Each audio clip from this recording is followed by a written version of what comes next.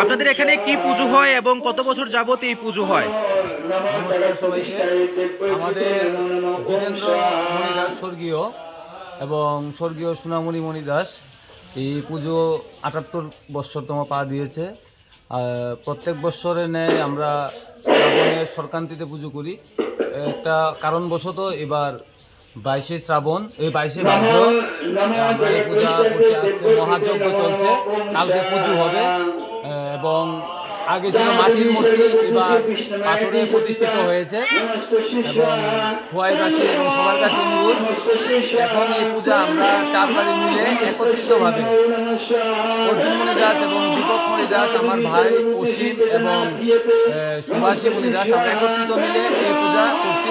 আজকে মহাযজ্ঞ, কালকে পুজো হবে, পরের দিন 4 ছোটগুলো পুজো হবে, পরের দিন মার করুণী বিসর্জন করা হবে।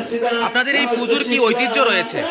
এই পুজোর মধ্যে আমাদের যে এই 4টি বাড়ির যে মিলন, এই মিলনকে একত্রিতভাবে করে আমাদের সবাই আত্মীয় মিলে আমরা একত্রিত হয়ে শারদীয় দুর্গা উৎসব যেরকম প্রত্যেকটা ক্লাবে করে আমরাও সেই রকমভাবে মা মনসা পুজো আলোচনা হয়।